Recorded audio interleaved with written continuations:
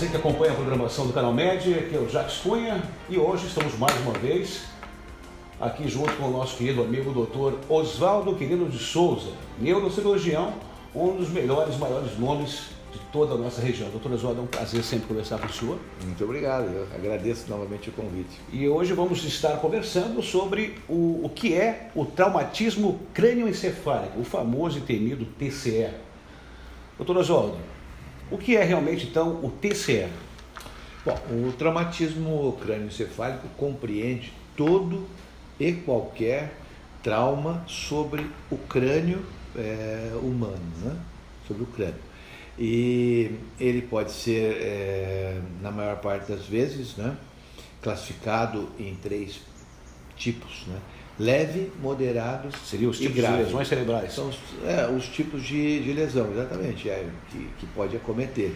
Pode ser um traumatismo leve, uma batida qualquer, um traumatismo moderado ou um traumatismo grave, aquele onde há perda já da consciência, né, com coma, muitas vezes com exposição de massa encefálica, né, com abertura de lesões no crânio, né? E assim, uma diferença talvez assim, mais semântica, né, seria que se você tiver um traumatismo craniano, seria só aquele em que não há um comprometimento da consciência. Se você chamar de traumatismo craniano encefálico, né, ou TCE, é que poderia já haver um comprometimento do nível de consciência da pessoa, que afetou o cérebro, mesmo que seja uma forma fugaz, uma forma rápida, mas afetou o cérebro. Né? Isso ganha alguma importância, às vezes, no atendimento de urgência entre você liberar um paciente ou não, né, de uma emergência. Então, em geral, quando você denomina TCE, é porque houve, em algum momento, algum grau de comprometimento do encéfalo, do cérebro. Quando você vê a notícia, então, que no acidente a pessoa teve, por exemplo, um TCE, quer dizer, não é necessariamente que ele teve o mais severo, ele pode ter uma lesão... Uma lesão de relativamente baixa gravidade, né? Às vezes comprometeu o crânio. Muitas vezes você tem, por exemplo, ferimentos por abrasão, que a pessoa bate, o crânio arrasta, então dá aquele aspecto feio no crânio, com sangramentos e tal. Mas não há um comprometimento do tecido cerebral, das estruturas nobres do crânio, né? Que as pessoas se assustam quando vêem já de imediato, teve um acidente, parece que é suspeita de traumatismo craniano. Já. O traumatismo craniano, na verdade, sim, é uma das coisas que mais afetam uma determinada faixa etária da população, né? É talvez uma das maiores causas de morte na população adulta jovem, né, da faixa compreendida entre os 18 e os 25 anos. E estatísticas apontam, doutor, que a maioria são homens. A maioria são homens, exatamente. Os homens se expõem mais. Hoje talvez nem tanto, mas abusam mais da velocidade, andavam mais sem o cinto de segurança, andando de moto mais sem o capacete. Exato. E ingerem mais bebida alcoólica, né? Bem que estatísticas hoje também já estão apontando num certo direcionamento de que as mulheres também estão consumindo mais bebida alcoólica, mas tecnicamente os homens ainda ingerem mais. Tá, no médico está conversando com o Dr. Oswaldo Quirino de Souza, neurocirurgião. A gente está conversando hoje sobre traumatismo crânioencefálico, o TCE. Doutor Oswaldo, então, o diagnóstico qual seria? Bom, a partir do momento em que deu a admissão no hospital, um paciente que você chega à conclusão que ele teve um traumatismo craniano e encefálico, você vai avaliar, primeira coisa, o nível de consciência dessa pessoa. Então, se essa pessoa, por exemplo, está acordada, conversando, dando informações corretamente, ou se ela está confusa, desorientada, se ela tem hálito alcoólico ou não, né? Ou então se ela está inconsciente. Se ela estiver inconsciente, então, mesmo que seja uma inconsciência, né, dita superficial, ela pode ser classificada já como coma, estado de coma, ausência de consciência, né? Então, você vai fazer, no primeiro momento, esta avaliação. No segundo momento, se essa pessoa tem capacidade respiratória, vias aéreas, pélvicas, se vai precisar. Você pode deixar ela respirando sozinha, se vai precisar passar o tubo, né? Se você vai precisar dar algum tipo de assistência ventilatória. Num terceiro momento, acesso venoso, pegar sempre uma via de acesso para poder hidratar essa pessoa, poder já começar a fazer medicamentos, muitas vezes analgésicos, estão agitados por causa da dor, né? E em seguida da admissão, o mais rápido possível, na chamada hora de ouro, né, do trauma, você proceder à investigação diagnóstica para ver se você tem lesão, estabelecer quais lesões você tem no crânio ou no cérebro, né? Se são lesões fechadas, se são lesões abertas, se são lesões que estão expandindo, criando espaço, e principalmente para você fazer o diagnóstico diferencial, se é uma lesão que vai demandar tratamento clínico ou se ela vai necessitar de um tratamento cirúrgico, né? Certo, doutor. Os exames complementares, doutor, quais seriam? Bom, o exame-chave, né, para o trauma é a tomografia computadorizada, de saída. Então, a tomografia é um exame básico, assim, você hoje em dia não consegue mais admitir a possibilidade de você avaliar e tratar um paciente com traumatismo craniano sem a tomografia. Muito se fala, mas e a ressonância? A ressonância já é um exame um pouco mais sofisticado, demora mais tempo, é mais difícil de executar porque o paciente tem que estar absolutamente imóvel, né? E no TCE, não, hoje com as tomografias de alta resolução, você coloca o paciente na mesa de exame e praticamente em 30 segundos você tem um exame completo do crânio e da coluna cervical desse paciente na fase imediatamente pós-admissão no hospital. Mas a agilidade é tudo muito rápido, né? É importante isso que você falou, porque assim, antigamente se falava muito do raio-x de crânio. Isso. Claro que você não tinha tomografia, então o raio-x te dava um auxílio adicional. Houve um momento que você, por exemplo, se tivesse um paciente em coma, com algumas características clínicas, e no raio-x aparecesse uma fratura, por exemplo, aqui perto, próximo da orelha, tecnicamente você teria autorização legal, né? Médica e judicial, para proceder fazer uma cirurgia sem maiores exames, se você não tivesse outros exames à sua disposição, porque a incidência maior de coágulos estaria naquela região. Mas hoje, com o advento da tomografia, isso caiu por terra, então é tomografia o exame de escolha. Agora, se chega, por exemplo, uma criança, digamos, 3, 4, 5 anos, que teve uma batida na cabeça, mas que está com um galo, mas não teve perda de consciência, então, às vezes, a criança está muito agitada, chorando muito, às vezes o custo-benefício não compensa você sedar essa criança e fazer uma tomografia. Nem tampouco o raio-x. Às vezes os pais saem muito bravos do hospital, porque queriam pelo menos ter feito um raio-x. Mas, então, no trauma de crânio, se você chegar à conclusão de que você precisa de uma investigação, que seja feita, então, a tomografia. O raio-x, hoje em dia, se torna realmente desnecessário.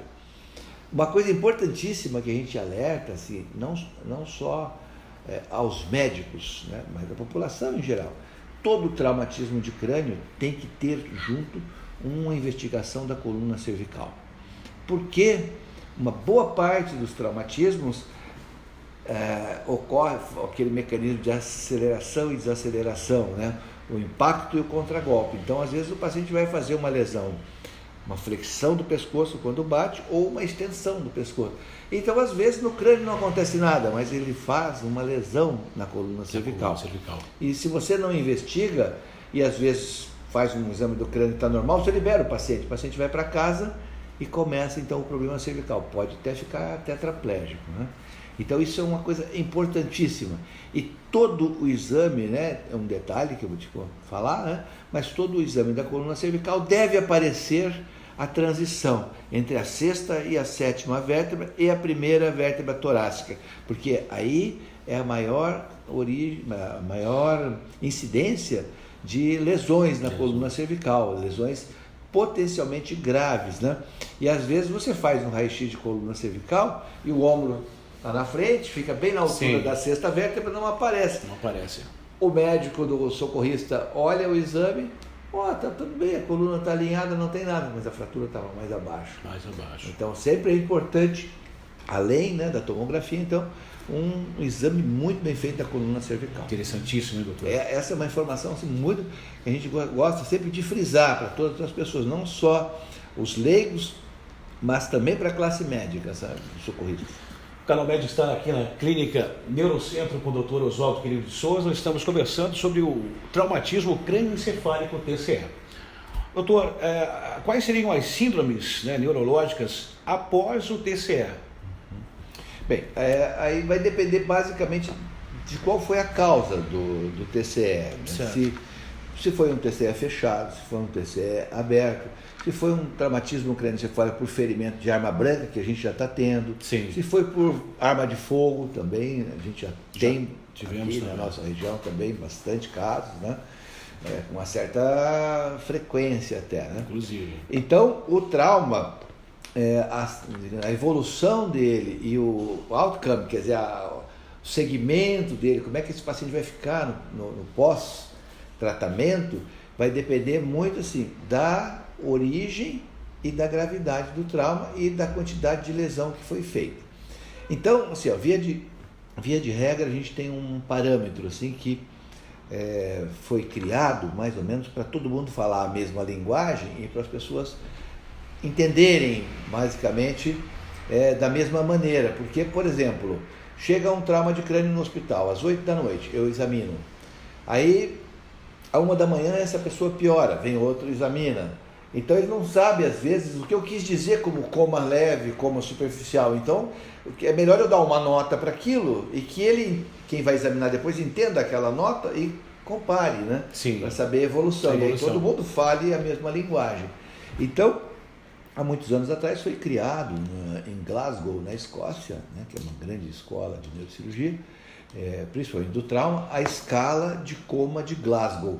Essa escala de coma, ela não é a perfeição, mas é a que melhor se aproxima de uma linguagem comum entre os médicos que trabalham com trauma, né, ou com o paciente neurológico.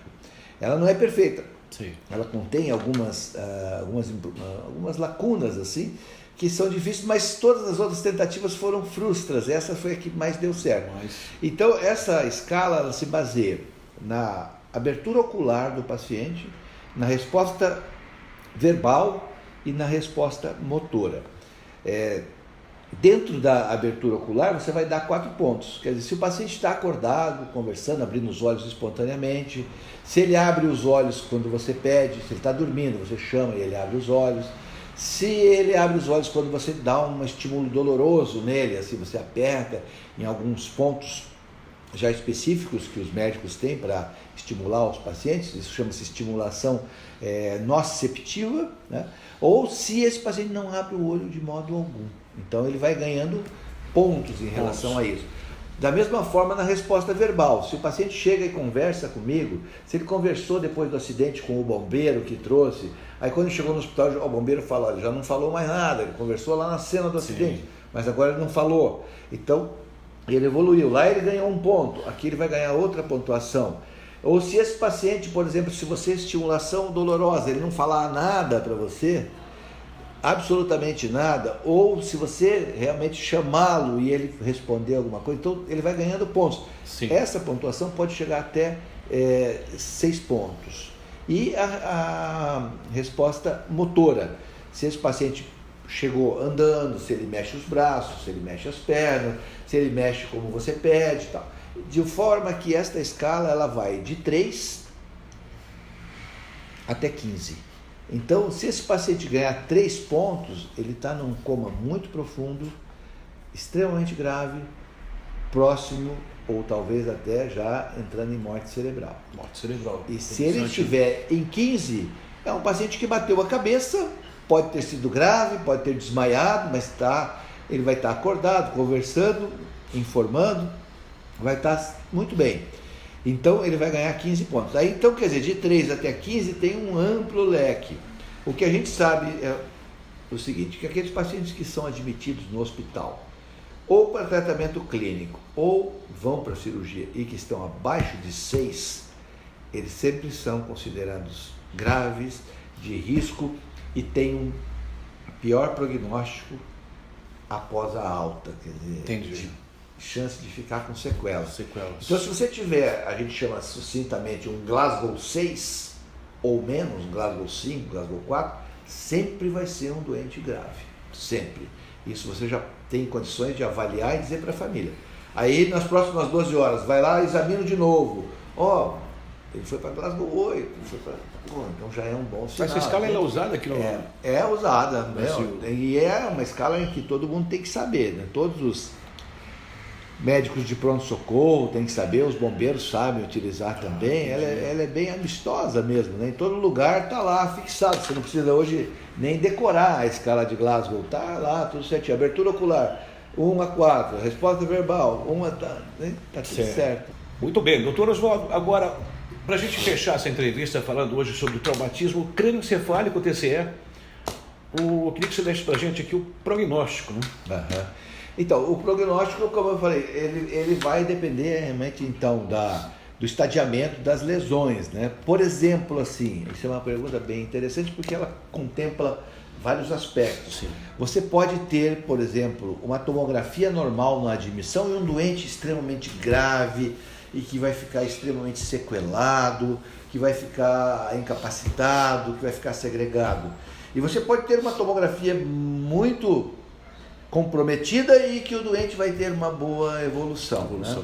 Então vai depender dos achados iniciais. Né? Uhum. Existe uma modalidade dentro do traumatismo que se chama lesão axonal difusa, ou seja, a pessoa bate difusamente o cérebro está preso dentro da caixa craniana. Sim. Ele, como se, vamos dizer assim, chacoalha lá dentro, vai e volta várias vezes, e esta substância branca que nós chamamos, ela como se fizesse um cisalhamento, ela se corta em vários níveis. Então você faz uma tomografia, isso não aparece. Um exame normal, não tem coágulo, não tem sangramento, mas lá por dentro, no funcionamento celular, está muito comprometido. Então esse paciente vai ficar muito comprometido. Então, quando a gente avalia um paciente inicialmente, a gente tem mais ou menos esse consenso.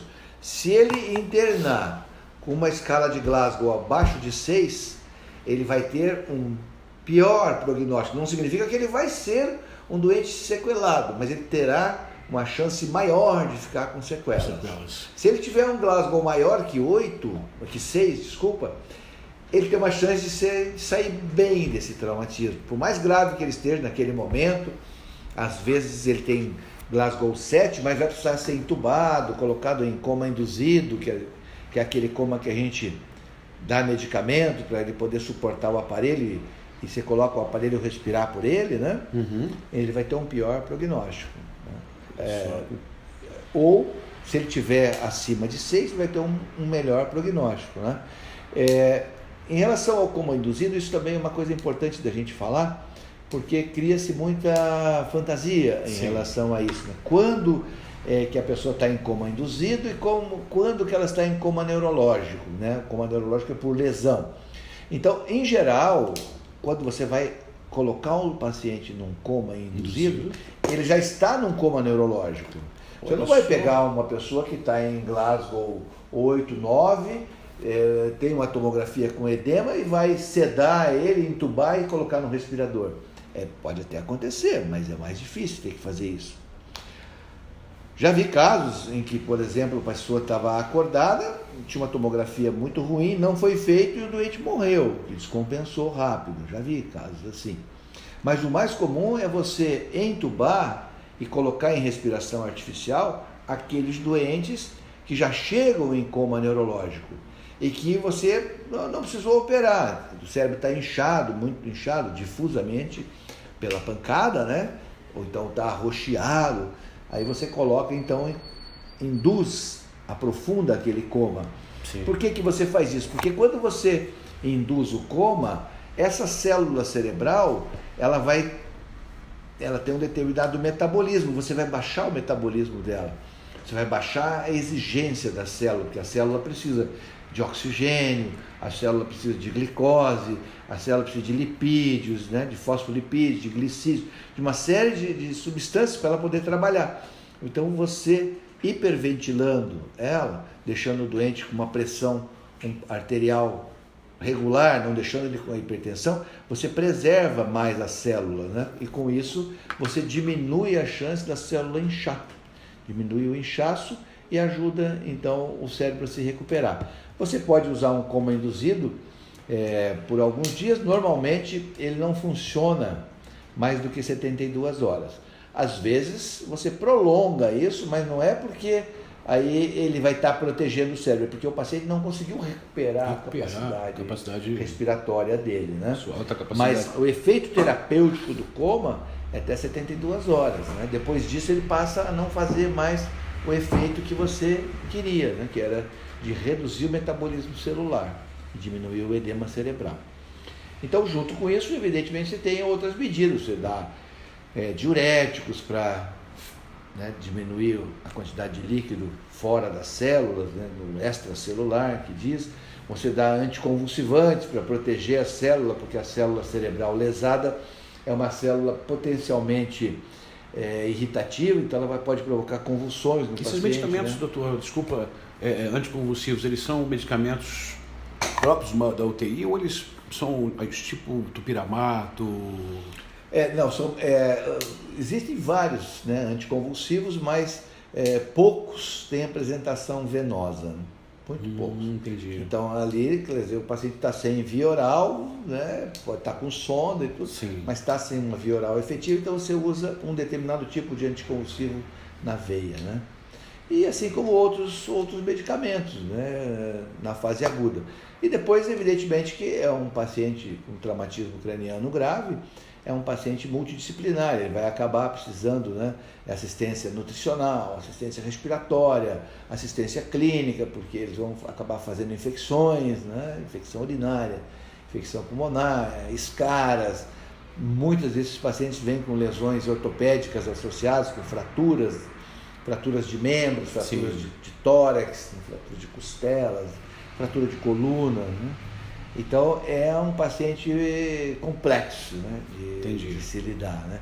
Então, evidentemente, se fala traumatismo crânioencefálico, engloba uma série de pacientes, né, uma gama muito grande de pacientes e, né, de vários matizes, várias intensidades, várias gravidades, várias evoluções, né? Assim, comporta de tudo nesse meio aí, né? Pode gerar lesões aí irreversíveis, né, doutor? Irreversíveis. A gente, infelizmente, é uma patologia assim, grave e muito incapacitante, né? É uma das patologias que mais incapacitam jovens, que mais afastam do trabalho, né? E que mais trazem assim, aposentadoria precoce para os jovens, né? Porque muitas vezes a pessoa sobrevive, mas fica gravemente sequelada, né? Uma porcentagem sequela de motora, sequela cognitiva, com perda de memória, perda visual, perda auditiva, enfim, múltiplas uma sequelas, porcentagem né? alta de óbito, né? Uma porcentagem alta, muito alta, né? Mas certo, então, se você dirigir, bem dirigir, a gente já sabe que não pode, né? Mas é devagar. Você sabe que em Brusque, hoje assim, eu até me sinto gratificado porque a gente, de alguma forma, conseguiu reduzir bastante. Eu não tenho estatística para te dar, mas posso te dar, assegurar, né, com a minha vivência, que a gente conseguiu reduzir muito o número de traumatismo crânioencefálico em acidente e a gravidade. Os acidentes continuam ocorrendo, assim, mas de pequena monta, sabe? Assim, eu, quando cheguei aqui, né, há quase 30 anos atrás, que a gente praticamente não tinha nem tomografia, tinha que levar a Blumenau, fazer tomografia, botava na ambulância, levava a Blumenau, de lá emprestava um telefone lá na clínica de tomografia, ligava, arruma aí que eu estou indo para operar, né? Estou voltando com o paciente, aí operava, no dia seguinte voltava para fazer tomografia, quer dizer, era um transtorno, né? Aí a gente começou a fazer, né, vários apelos, várias campanhas no rádio, né, em escola, e fomos em algumas organizações da cidade, né, em clubes, entidades, enfim, e isso depois concomitantemente, né, começou a lei a ser um pouco mais implacável, né, com a lei seca, o uso obrigatório do cinto de segurança, do capacete. Então a população foi se conscientizando, né, pela parte de beber e não dirigir. Então conseguiu se reduzir muito. Eu chegava a operar assim 3 a 4 pacientes no final de semana de trauma de crânio. E hoje, olha, diminuiu bastante. Eu quase não opero mais assim, sexta de noite, sábado à noite. Antes era praticamente todo final de semana. E eu trabalhei sozinho durante muitos anos, então eu não saía da cidade. Sim. Por causa dessa situação que sempre tinha. E é um paciente, muitas vezes, que não suporta nenhuma transferência, porque ele está tão grave que você não consegue, não dá tempo de você colocar numa ambulância mesmo, uma UTI móvel, e de transferir. Você tem que atuar imediatamente, né? Assim, o procedimento tem que ser rápido. E Tos Zambuja tinha uma emergência, talvez você se lembre ali, né? Na recepção, agora a recepção antiga ali, a emergência era ali, né?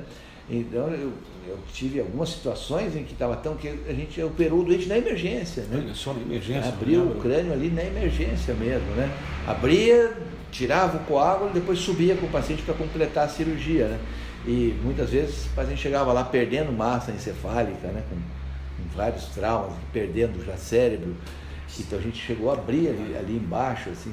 Era uma coisa assim que assustava na nossa cidade há anos atrás, porque, né, você vinha com aquela ideia assim, vou para o interior, aquela ideia meio bucólica, assim, vai ter tranquilidade. Não, chegou aqui, isso aqui era o trânsito era violentíssimo. Ao contrário, né? Era violentíssimo, era um trânsito de cidade grande. Mas hoje parece que as coisas estão melhores. Estão se conscientizando, assim, né? Aquela história de que isso não vai acontecer comigo, a pessoa já está sabendo assim, que acontece sim. Está bem melhor, que posso te assegurar. As patologias ainda, como a gente já conversou em outras ocasiões, as cardiovasculares ainda bastante intensas, né? O AVC, né? O AVC hemorrágico, isquêmico. o AVC isquêmico, ainda continua matando, mutilando, mas o trauma, eu posso te assegurar que diminuiu bastante, as pessoas estão mais conscientes. Bom, houve algo positivo. Houve um trabalho muito grande, assim, né? E hoje o trabalho nas escolas também, né? E o policiamento mais ostensivo também, né? E realmente cobrando, né? E a população, e muita gente sentindo no bolso com as multas, né? Hoje, se você é pego aí na lei seca, bebeu, complica, né? Vai ter a carteira presa, o carro apreendido, dá um trabalho dando pontos na carteira. Então, realmente, houve um comprometimento maior de toda a sociedade, né? De modo geral. Isso foi realmente muito positivo, sabe, Jacques? Posso dizer que hoje a gente está assim numa situação bem aqui na nossa cidade, assim, muito mais tranquila do que outra. Bom, privilegiados, né? Eu acho que sim. Dr. Oswaldo é um gigante da neurocirurgia. Sempre toda entrevista, eu digo, não é entrevista, é uma aula. Né? E é sempre um prazer imenso, doutor. Muito obrigado. Conversar com o senhor. E é um dos que começou com a gente, começou as primeiras entrevistas, as primeiras filmagens. Então o Canal Med é gratificante sempre ter o senhor com a gente, esclarecendo a população essas patologias que envolvem a neuro. Muito obrigado, é sempre um prazer estar aqui com vocês, com teus ouvintes, né, com teus espectadores, e fico sempre à sua disposição porque você achar que eu possa contribuir para a nossa cidade. Soma bastante, né? O senhor tem história nessa cidade e é um dos maiores nomes, repito, de toda a nossa região. Conversamos hoje sobre traumatismo crânioencefálico, TCE, com o nosso querido e amigo doutor Oswaldo Quirino de Souza. Doutor, obrigado, Jacques. Eu que agradeço, o Canal Med agradece. Imagens de Roberto Vélez, Jacques Cunha para o Canal Med.